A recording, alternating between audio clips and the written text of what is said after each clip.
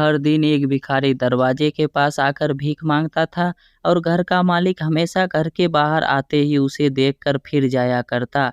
कई बार उसके लिए गालियां भी बकता। वो कहता, तू जिंदा ही क्यों है? पूरी जिंदगी ऐसे ही भीख मांगेगा क्या? धरती का बोझ क्यों बना बैठा है? और कभी कभी उस भिखारी को गुस्से में वह धक्का भी मार दिया करता। इतना कुछ हो जाने के बावजूद अधिकारी के मुंह से सिर्फ यही निकलता कि भगवान भगवान तुम्हारे पापों को माफ करे। एक बार सेठ को धंधे में बड़ा नुकसान होने की खबर मिली। सेठ बहुत परेशान था कि तभी उसके दरवाजे पर वही भिखारी आया। गुस्से में अपना आपा खोते हुए सेठ ने उस भिखारी को पत्थर दे मारा। पत्थर लगने के कारण भिखारी का सर फूट गया और उसके सर से खून बहने लगा। फिर भी दर्द से कराहते हुए भिखारी ने इतना ही कहा, भगवान तुम्हारे पापों को माफ करे। भिखारी वहां से चला गया। सेठ सोच में पड़ गए। भिखारी को पत्थर मारा, फिर भी उसने सिर्फ प्रार्थना की। सेठ का गुस्सा शांत हुआ। शेर का मन शांत हुआ भिखारी का रहस्य जानने के लिए। सेठ ने भिखारी का पीछा करना शुरू कर दिया। भिखारी जहां जहां जाता सेठ उसके पीछे जाता। सेठ ने देखा कि कोई उसको खाना देता, कोई उसको मारता, कोई अपमानित करता तो कोई गाली देता। लोग भिखारी के साथ चाहे जैसा व्यवहार करते, लेकिन भिखारी सबके लिए एक ही प्रार्थना करता, भगवान तुम्हारे पाप माफ करे। अब रात होने को आई थी। भिखारी अपने घर जाने के लिए लौटा। वो अपने घर पहुंच गया, लेकिन सेठ अब भी उसका पीछा कर ही रहा था। एक पुरानी टूटी खटिया पर एक बूढ़ी औरत लेटी हुई थी। काफी कमजोर और बीमार लग रही थी। वह भिखारी की पत्नी थी।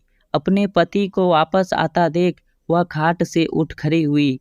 पत्नी ने अपने पति के भीख वाले कटोरे में देखा, उसमें सिर्फ आधी बासी रोटी थी। उसे देखकर वह बोली, आज बस इतना ही मिला? और हाँ, आपके सिर से खून निकल रहा है, ये चोट कैसे लगी? बूढ़ा भिखारी बोला, आज बस इतना ही मिला, किसी ने कुछ दिया ही नहीं। सब ने गालियां दी और एक ने पत्थर भी फेंका, इसीलिए मेरा सर फट गया। एक गहरी ठंडी सांस लेकर बूढ़ा भिखारी फिर से बोला, यह मेरे ही पापों का फल है। तुम्हें याद है कुछ सालों पहले हम कितने अमीर थे?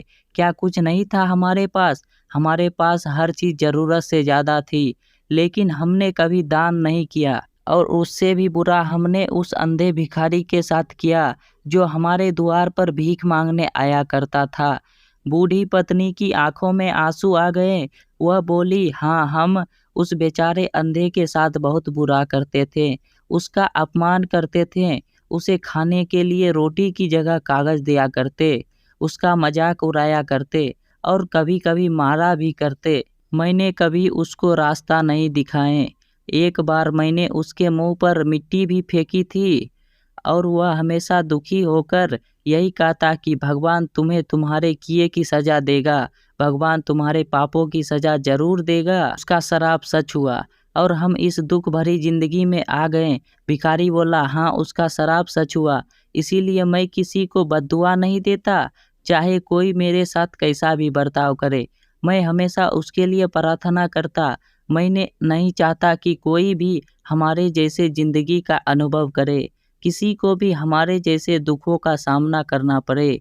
वो नहीं जानते कि वह कितना बड़ा पाप कर रहे हैं, इसीलिए अनजाने में हुए पाप की ऐसी सजा किसी को भी मिले मैं नहीं चाहता। सेठ वहीं पर छुपकर यह सारी बातें सुन रहा था। अब उसे सब कुछ समझ में आ गया था। भिखारी और उसकी पत्नी ने वह आधी रोटी मिल बांट कर खाएं और भगवान को धन्यवाद बोलकर सो गए। अगले दिन बड़ा भिखारी फिर से भीख मांगने गया। सेठ के घर के पास जाते हैं। सेठ ने पहले से गरम रोटी या उसके लिए निकाल कर रखी थी। उसे देते हुए सेठ विनम्रता से बोला, माफ कर दीजिए बाबा, उसे बहुत बड़ी गलती हो गई। बूढ़ा भिखारी बोला, भगवान तेरा भला करे। इतना कहकर वह आगे निकल गया। इस कहानी से जो सीख लेने लायक है वह बड़ी ही सिंपल है कि आदमी चाहे किसी के बारे में बुरा कहे या भला करे, लेकिन भगवान सिर्फ कर्म के हिसाब से उसको फल देता है। क्या हुआ अगर भगवान नहीं दिखता? लेकिन यह बात बिल्कुल सच है, उसके खाते में सबका हिसाब बहुत बहुत पक्का होता है। इसलिए जब किसी के लिए कुछ भी करो तो अच्छा ही करो।